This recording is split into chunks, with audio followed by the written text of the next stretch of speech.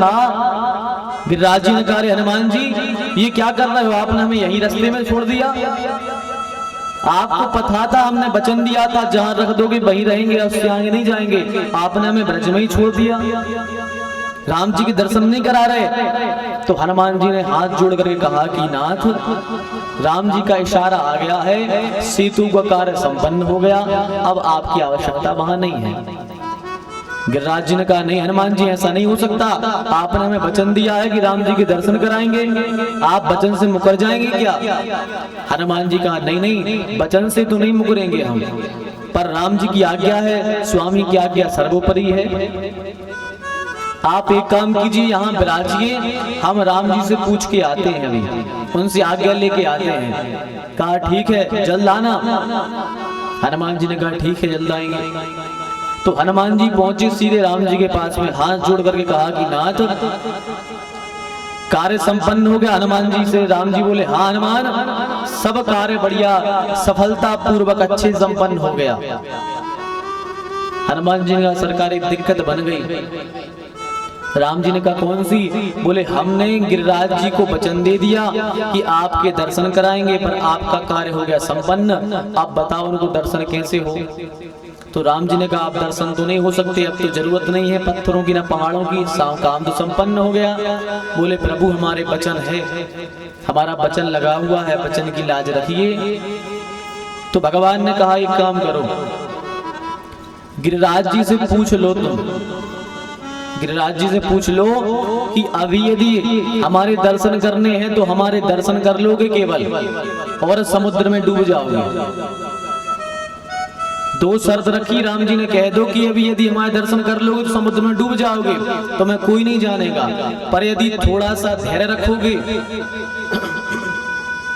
थोड़ा सा यदि धैर्य रखोगे, तो हम द्वापर में जब अवतार लेकर के आएंगे तो 7 दिन तक स्पर्श करके रखेंगे गिरिराज को, 7 दिन तक उनकी छत्र छाया में रहेंगे, और उस दिन से हम गिरिराज जी की पूजन चालू करवा देंगे। गिरिराज जी का पूजन होने लगेगा। तो उनसे पूछाओ कि इनमें से कौन सी शर्त मंजूर है, खुद को पुजवाना है, भगवान का स्पर्श करना है, या केवल उनको देखना है? हनुमान जी गिरिराज जी के पास में आए, बोले, भगवान ने कहा है केवल दर्शन करने हैं, भगवान के स्पर्श भी करना है भगवान को। गिरिराज जी ने कहा, यदि ठाकुर जी का स्पर्श हो जाए तो और अच्छी बात है, भगवान यदि स्पर्श कर ले हमें तो हमारे तो भाग्य है। तो कहा, फिर आपको धैर्य धारण करना पड़ेगा, रुकना पड़ेगा कुछ समय। बोले, कितना? बोले, जब ठाकुर जी का द्वापर में अवतार होगा तो कन्हैया आपको अपने नख पर धारण करेंगे। तो गिरिराज जी ने कहा, ठीक है हनुमान जी, आपका बहुत बहुत धन्यवाद, आपको प्रणाम, आज हम बहुत खुश हैं। हनुमान जी ने कहा, क्यों?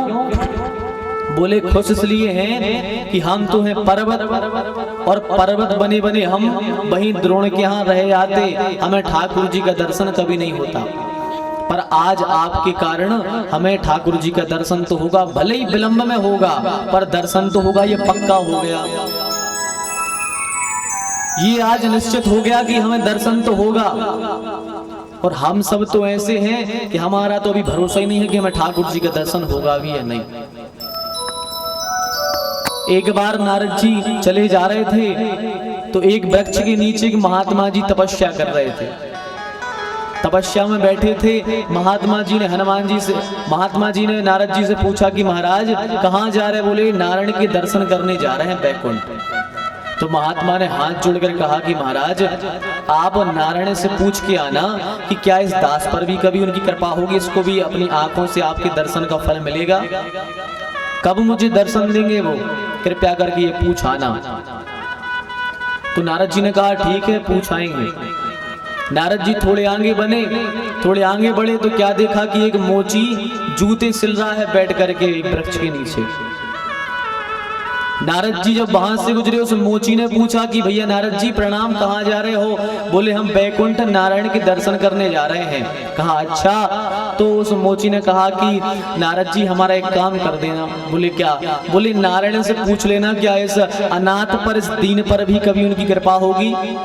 मैं भजन तो कर नहीं पाता, अपने कर्म में लगा हूं, तो क्या इस दास पर भी ठाकुर जी कृपा होगी, अपने नेत्रों को सफल बना पाएंगे हम? क्या हमें ठाकुर जी के दर्शन होंगे?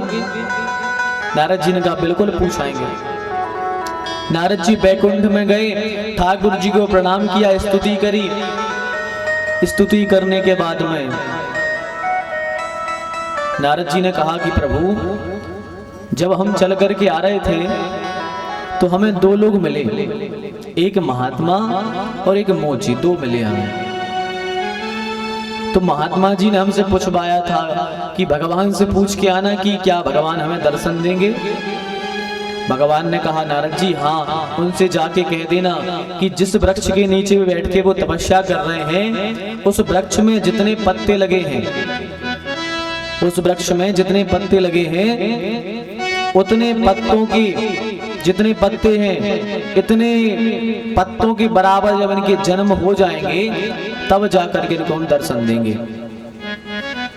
जितने पत्ते लगे हैं उतने जन्मों बाद हम दर्शन देंगे। भगवान ने कहा ठीक है। नारद जी ने कहा और उस मोची को, भगवान ने कहा उसको भी, जो वृक्ष के नीचे वो बैठा है, उससे कह देना कि तुम्हारे ऊपर जो वृक्ष लगा है उसमें जितने पत्ते लगे हैं, इतने जब तुम्हारे जन्म हो जाएंगे उसके बाद में तुम्हें दर्शन देंगे। नारद जी ने कहा ठीक है, प्रणाम किया और नारद जी लौट करके आए। नारद जी मोची के पास में आए, मोची से कहा कि भैया, भगवान ने कहा तो है दर्शन देंगे, पर कहा है कि जितने ये पत्ते लगे हैं, जब इतने 1000 करोड़ तुम्हारे जन्म हो जाएंगे उसके बाद में तुम्हें दर्शन देंगे। मोची ने कहा ठीक है। आगे बढ़े, महात्मा ने पूछा आपने हमारा प्रश्न पूछा? बोले बिल्कुल। बोले भगवान ने यही कहा है कि जितने पत्ते लगे हैं वृक्ष में, जब इतने जन्म तुम्हारे हो जाएंगे उसके बाद में तुम्हें दर्शन देंगे। ऐसा कह के नारद जी चले गए।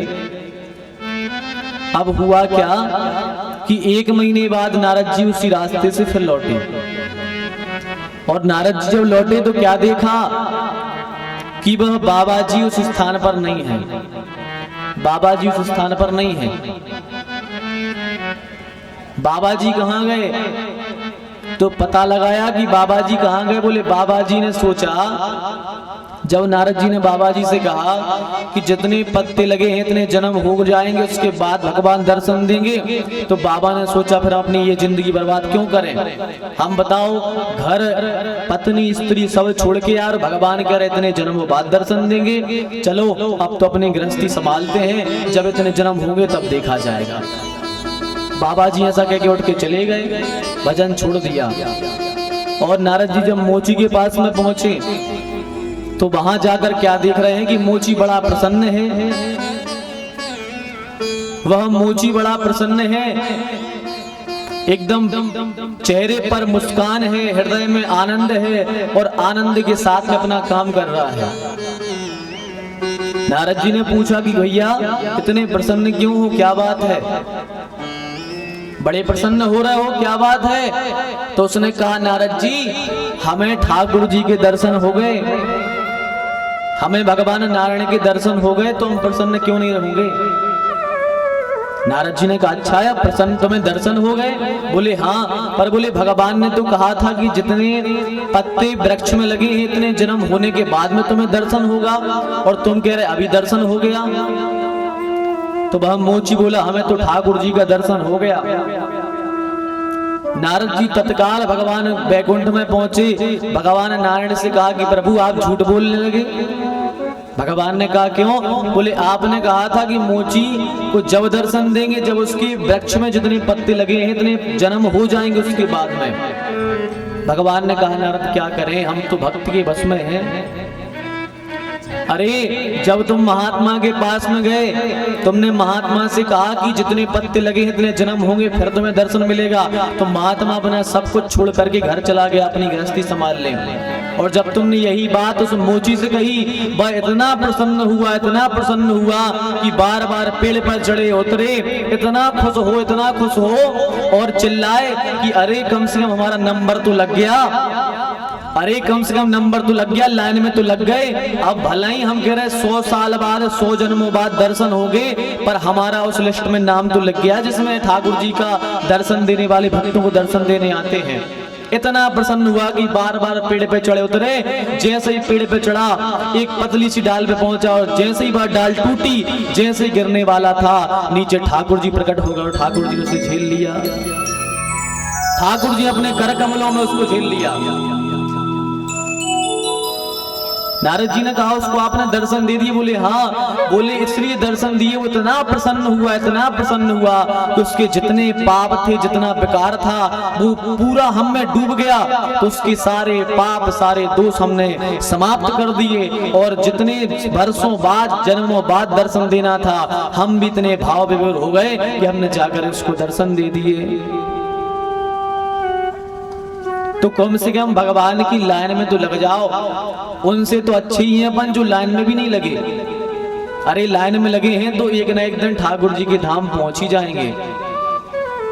जैसे हम बैंक में जाते हैं, बैंक में लाइन लगती है, तो बैंक में मैनेजर के पास पहुंचेगा कौन? जो लाइन में लगा होगा, और जो लाइन में नहीं लगा होगा वो नहीं पहुंच पाएगा। ऐसे ही कम से कम भगवान की लाइन में तो लग जाओ। उनसे तो अच्छी रहोगे जो लाइन में नहीं लगे हैं। तो गिरिराज जी इतने प्रसन्न भय कि वाह, आज ये सील ठप्पा तो लग गया कि हमें एक दिन ठाकुर जी के दर्शन होंगे। ये पक्का तो हो गया। किसी को तो यही पता नहीं कि भगवान के दर्शन होंगे कि नहीं, पर हमें तो पक्का पता लग गया कि हमें एक दिन ठाकुर जी के दर्शन होंगे, उनका स्पर्श होगा हमें। अब गिरिराज जी विराजे हैं ब्रज में। राम जी ने हनुमान जी को आश्वासन दे दिया कि निश्चित ही हम जब द्वापर में अवतार लेकर के आएंगे तो गिरिराज को हम अपने नख पर धारण करेंगे और उस दिन से उनकी हम पूजन भी चालू करा देंगे। हमारे रूप में ही उनका पूजन होगा।